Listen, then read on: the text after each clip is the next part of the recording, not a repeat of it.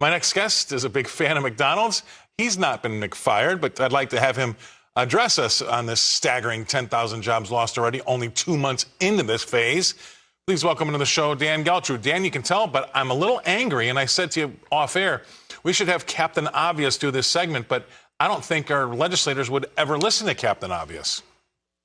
They wouldn't. If you break this whole thing down and you look at minimum wage, and the politicians believe that raising minimum wage is really beneficial.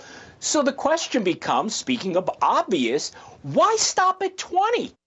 Why not 40? Why not 100? Let's just keep making it higher and higher because it's a good thing, right? Well, no, it's not. And to go off of what you said, this is McStupid.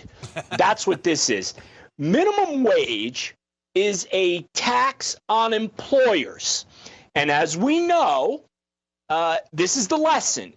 When you tax something, it means you want less of it. So if you're going to increase minimum wage, which, as I said, is a tax on employers, this is what you're going to get. Less employees. Because businesses, Scott, can only raise their prices so high.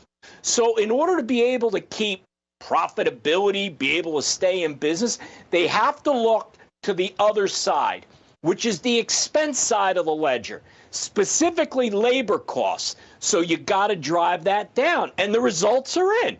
You have tremendous loss of jobs, and you have the increase in AI, or in this specific case, the age of robots. And that is what we're going to see. We're going to see all these fast food places have no people, all robotic.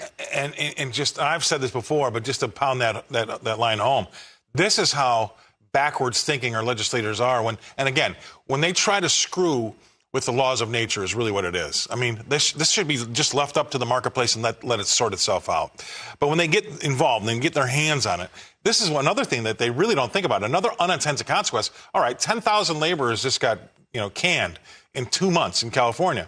So those local municipalities are going to be out a lot of tax revenue, right? So now their books are going to take a little bit of a hit. And then on top of it, they've incentivized all those places that had those people and fired those people to mechanize and put in automation, and then they're going to have to run around and figure out a way that they can tax a machine, right? Because that machine isn't going to get in. It's not an employee.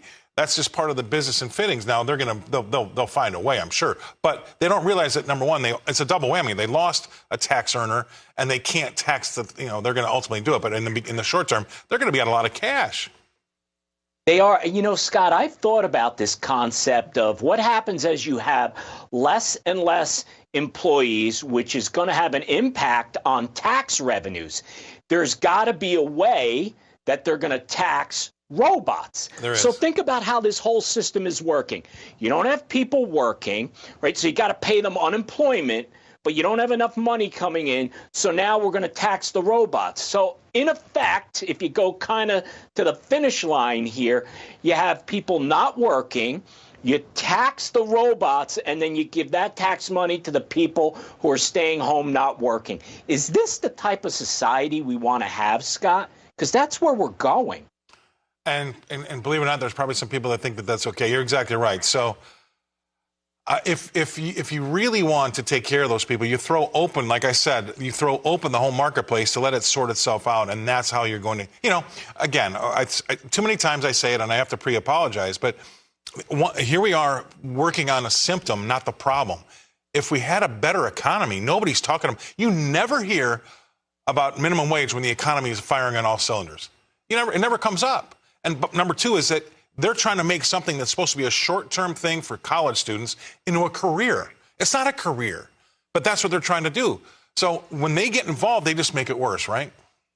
They absolutely make it worse. And listen, the pandemic really made it worse because what the politicians turned around and said, well, listen, we have to increase the minimum wage.